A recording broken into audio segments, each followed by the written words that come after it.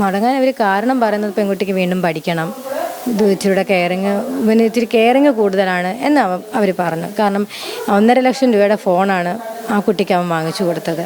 1,50,000 രൂപയുടെ ഫോണ്, 20,000 രൂപയുടെ വാച്ച്, ഇതൊക്കെ അവൻ ആ സമയത്ത് വാങ്ങിച്ചു കൊടുത്തിട്ടുണ്ട്. അപ്പം ഒത്തിരി ഇതുപോലെ അവന് കെയറിങ് അവന് ശരിയാണ്. അവൻ ഭാര്യയായിട്ട് കണ്ടു കഴിഞ്ഞാൽ അവൻ കെയറിങ് കൂടുതലായി. നേരത്തെ കോട്ടയത്തും എറണാകുളത്തും 2 വിവാഹങ്ങൾ ഉണ്ടായിരുന്നു, രജിസ്റ്റർ ചെയ്തിരുന്നു എന്ന് വാർത്തകൾ കണ്ടിരുന്നു. എന്താണത്? എറണാകുളത്ത് ഇല്ല, കോട്ടയത്തതാണ് നമ്മൾ രജിസ്റ്റർ ചെയ്തത്, തൊടുപുഴയിലുള്ളതാണ്. അത് അവന് കൊണ്ടുപോകണം എന്നുള്ള രീതിയിലാണ് രജിസ്റ്റർ ചെയ്തത്. വിവാഹം കഴിഞ്ഞാൽ എന്തായാലും അവന് കൊണ്ടുപോകണം. കാരണം നിശ്ചയം കഴിഞ്ഞ് നമ്മൾ 6 മാസത്തെ ഗ്യാപ്പ് ഉണ്ടായിരുന്നു.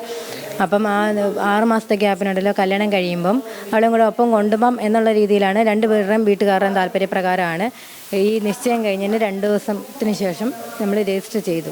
രജിസ്റ്റർ ചെയ്ത് പിന്നെ അവന് പാസ്പോർട്ടിന് വേണ്ടിയിട്ട് അപ്ലൈ ചെയ്യുമായിരുന്നു. പെൺകുട്ടിയുടെ പാസ്പോർട്ടിന് വേണ്ടി നമ്മൾ അപ്ലൈ ചെയ്തു അവന്.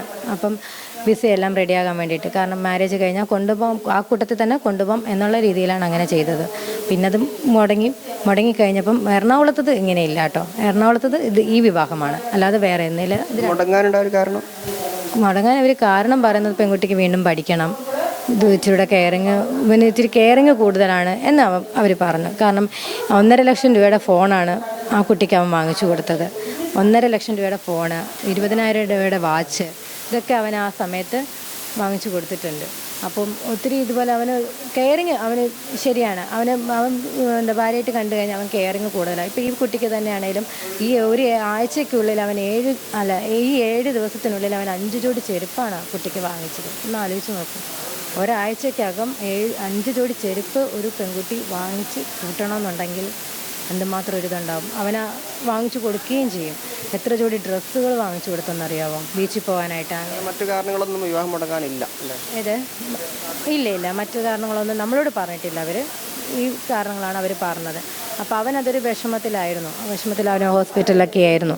അപ്പം ഈ ഞാൻ പറഞ്ഞല്ലോ വിവാഹം മുടങ്ങുന്ന 1 മാസത്തെ ഗ്യാപ്പിലാണ് മുടങ്ങുന്നത്. കറക്റ്റ് 1 മാസം നമ്മൾ കല്യാണം അതിൻ്റെ വെഡ്ഡിങ് കാർഡ് വരെ നമ്മൾ അടിച്ചു വെച്ചു, വിളിക്കാൻ വേണ്ടിയിട്ട് അടിച്ചു വെച്ച് ഞാനും അമ്മയും. അപ്പോൾ ഞാനിതുപോലെ ചെറുതായിട്ട് ജോലിക്ക് പോകുന്നുണ്ടായിരുന്നു. അപ്പം അതുകൊണ്ട് അത് ലീവ് എടുത്തിട്ട് പോകാം എന്ന് കരുതിയിട്ടാണ് ഞങ്ങൾ ലേറ്റായി നിന്നത്. അപ്പോൾ അവൻ എന്നോട് പറഞ്ഞു ഇപ്പോൾ പോകാൻ വരട്ടെ, ഇച്ചിരി കഴിഞ്ഞിട്ട് പോവാം എന്ന് പറഞ്ഞു. അപ്പോൾ കാരണം അവരോടിങ്ങനെ വീട്ടുകാർ പറഞ്ഞു വേണ്ട എന്നുള്ളത് പറഞ്ഞു. അപ്പോൾ അവർ പൂർണ്ണ തീരുമാനം ഞങ്ങളോട് പറഞ്ഞിട്ട് അത് ചെയ്താൽ മതി എന്നുള്ള നിലവിൽ. അപ്പം അങ്ങനെയാണ് ഈ ഇത് വിവാഹം മുടങ്ങിയെന്ന് പറഞ്ഞു കഴിഞ്ഞപ്പോൾ അവനാകെ ഇതായിപ്പോയി. അപ്പോൾ അവിടെ ഹോസ്പിറ്റലൊക്കെ ആയിരുന്നു. ഹോസ്പിറ്റലായിട്ട് പിന്നെ ഞങ്ങൾ 2 ആഴ്ച അവൻ ICUലൊക്കെ കടന്നിട്ടാണ് ആളിവിടെ എത്തുന്നത്. അപ്പം പിന്നെ അന്നേരമാണ് ഇവന് മെസ്സേജ് അയച്ചിട്ട് എനിക്ക് താല്പര്യമുണ്ട്. ആ സമയം മാട്രിമോണി വഴി വന്നതാണ്.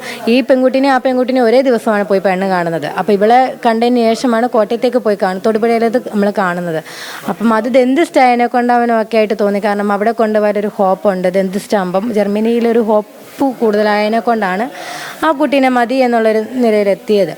അപ്പോൾ ഇവള് പറഞ്ഞാൽ പിന്നെ അതിന് ശേഷം നിരന്തരമായിട്ട് ഇവനെ കോണ്ടാക്ട് ചെയ്യാൻ ശ്രമിച്ചു. അപ്പോൾ കോണ്ടാക്ട് ചെയ്യുമ്പോൾ ഒക്കെ ഇവൻ വേണ്ട, കാര്യം ഒരാലോചനയാണ്, ലവായിട്ടുള്ളതല്ല. അപ്പോൾ അവനത് ബ്ലോക്ക് ചെയ്തപ്പം ഇവൻ്റെ ഫ്രണ്ട്സ് വഴി ഫ്രണ്ട്സിനോട് പറയാൻ തുടങ്ങി രാഹുലേട്ടനെ എനിക്ക് വേണം, രാഹുലേട്ടനേട്ടോ എങ്ങനെയും നിങ്ങൾ കൺവിൻസ് ചെയ്യണം, നിങ്ങൾ ഫ്രണ്ട്സുകൾ പറഞ്ഞിട്ട് എങ്ങനെയും എന്നിലേക്ക് എത്തിക്കണം, എനിക്ക് താല്പര്യമാണ് രാഹുലേട്ടനെ കല്യാണം കഴിക്കാൻ എന്നൊക്കെ പറഞ്ഞു.